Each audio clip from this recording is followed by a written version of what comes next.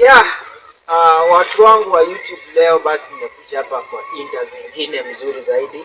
Ni masaa majioni na nimeweza kukutana hapa na msichana mrembo hivi.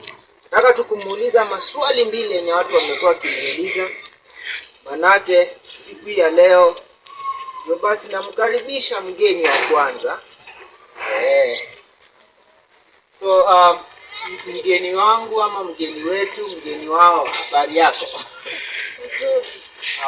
Wewe kwa majina wanapita aje? Kwa majina ananiita Elisa Ngeshi.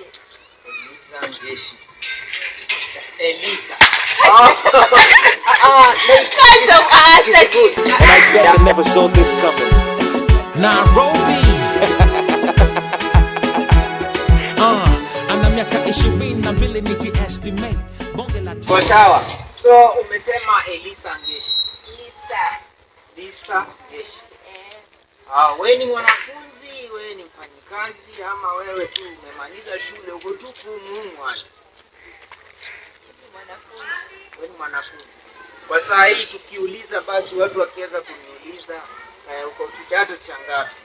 Ni 2026 hivi. Kwa kidato cha 3. Muhula wa pili. Muhula wa pili. Hivi basi kama uko katika shule kuna hii siku ya Jumatatu uliweza kukuwa na faragano huku kwa tauni, huku kwa kila mahali kulikuwa na maandamano ya mambo na mafuta. Basi wewe kama mwanafunzi, hiyo maandamano iliweza kudhuru aje? Kwanza ilidhuru. Yeah. Hatukuweza kusoma. Pili, walimu hawakuweza kufika darasani. Alafu cha tatu kuwa hatukupata amani siku hiyo. Kulikuwa na vurugu, hata tuliadhiriwa na kingine. Manake nakumbuka hiyo siku niliweza kupata umekuja mapema na sikuwa natarajia wakati kama huo. Pia niliweza kupata wanafunzi kadhaa wakiwa kwenye njia. Sasa hivi unafikia kurudi shule lini, ama hali ilienda kukua vipi baada ya maandamano? Uone kama mnasoma bado ama bado mko kwa likizo kuu? Masomo lazima yaendelee. Kama nilivyosema hapo awali kuwa ilikuwa maandamano ya Jumatatu, kwa hivyo si kuwa masomo ndio mwisho ama ndio yamekatika.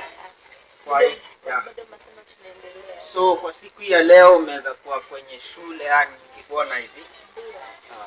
Sasa swali ya mwisho, ningependa kuuliza wewe ungetaka kuwa nani ili usaidie hiyo kuhusu hii mambo ya maandamano, mambo ya mafuta yani? Ungependa kusaidia aje nchi wakati kwa kumaliza shule yako yani? Kama ungependa kiti gani? Kwanza mimi kama tu kweli ningependa kuwa mtu wa teknolojia, sayansi hizo. Yaani kwa mfano kule ICT. Kisa na maana. Hiyo ndio kitu mimi napenda. Pia TCB itakuja kushirika kwenye, lakini kwa maendeleo ya Kenya tunaonekana kuwa kwa sasa CBC imeleta mambo. Sasa inaonekana kuwa teknolojia ndio kitu cha muhimu katika CBC. Kwa hivyo imetuletea maandalizi mema na tunaendelea kuomba Mungu. Kabisa. Ulivyosikia anataka kuwa mwanateknolojia, manake hata siku hizi tunasikia mambo ya AI, mambo na science. Technology basi imeweza kukua katika mfumo wake mzuri ambao unaweza kusaidia wananchi. So nimeshukuru sana kwa muda wako. Watu wamfollow @Lisa Ngeshi. Jina nzuri zaidi lakini ngumu kwa mwanahabari.